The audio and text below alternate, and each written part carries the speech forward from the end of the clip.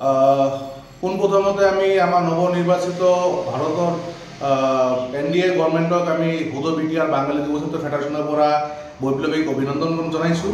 লগতে এইবেলি আমি বিভিন্ন মাধ্যমৰ পৰা শুনিবলৈ পালোঁ আমাৰ অসমৰ যেটো হিমন্ত বিশ্ব শৰ্মাৰ নেতৃত্বাধীন মন্ত্ৰীসভা সম্প্ৰসাৰণ হ'ব।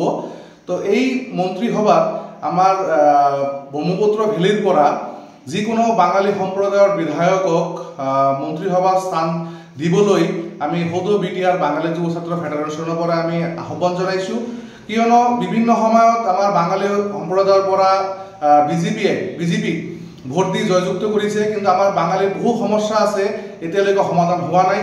তো সেইকাৰণে আমি আশাবাদী যে আমাৰ মাননীয় মুখ্যমন্ত্ৰী হিমন্ত বিশ্ব শৰ্মা মহোদয় আমাৰ এই বাঙালীৰ যিবোৰ জ্বলন্ত সমস্যাবিলাক আছে এই সমাধানৰ ক্ষেত্ৰত আমাৰ ব্ৰহ্মপুত্ৰ ভেলীৰ পৰা যিকোনো এজন দক্ষ বিধায়কক তাৰ মন্ত্ৰীসভাত স্থান দিব আৰু আমাৰ বাঙালীৰ সমস্যাবিলাক সমাধান কৰাত আমাৰ সহযোগিতা আগবঢ়াব।